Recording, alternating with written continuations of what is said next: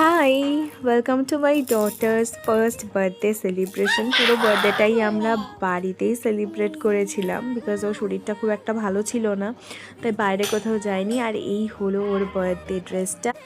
আর এই pretty red ড্রেসটা পরিয়ে আমি জাস্ট ওর সাথে কিছু ভালো ছবি ভিডিও নেওয়ার চেষ্টা করছিলাম। বাট ম্যাডামকে দেখো, ওর একটুও টাইম নেই, ও ভীষণ বিজি। এখন দাঁড়াতে শিখে গেছে, ধরে ধরে হাঁটতে শিখেছে একটু একটু।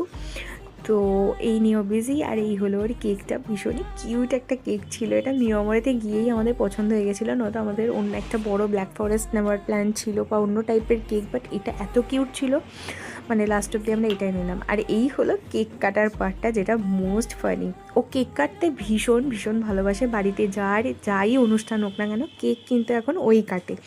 আর দেখো নিজে নিজে কেক কাটার চেষ্টা করছে, ও কোলেও থাকবে না, আর ও কেক কাউকে সাথে কাটতেও দেবে না, ও একা হাতে ছুরি নিয়ে একদম কাটতে থাকবে। এখানে কেকটা একটুখানি কাটা হয়েছে, আর আমি ওকে একটুখানি খাওয়ানোর চেষ্টা করছি। আর ছোটো বাচ্চা নিয়ে না অ্যাস্থেটিক কিচ্ছু হয় না। এই প্রিটি ড্রেসটা না লাস্ট অবধি পুরো কেকে ক্রিম মাখামাখি করেছিল, বাট তাও ওকে ছেড়ে দিয়েছিলাম, বিকজ এটা ওর ডে। বড়ো হয়ে যখন ওই মেমোরিগুলো দেখবে, ও ভীষণ খুশি হবে, যে ও কীভাবে নিজেই হয়তো হাসবে দেখে যে ও কী করেছে, কী করতো এই টাইমে। এ দেখো আমরা ছবি তোলার চেষ্টা করছি, বাট ওর মন কিন্তু কেকের দিকে, ও কেক কেটেই যাচ্ছে।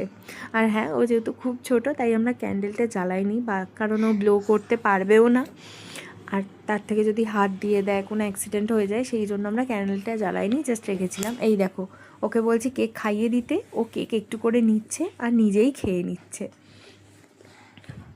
আমরা সবাই ওকে একটু করে দিচ্ছি আর বলছি খাইয়ে দাও খাইয়ে দাও, বাট ও নিজেই খাচ্ছে।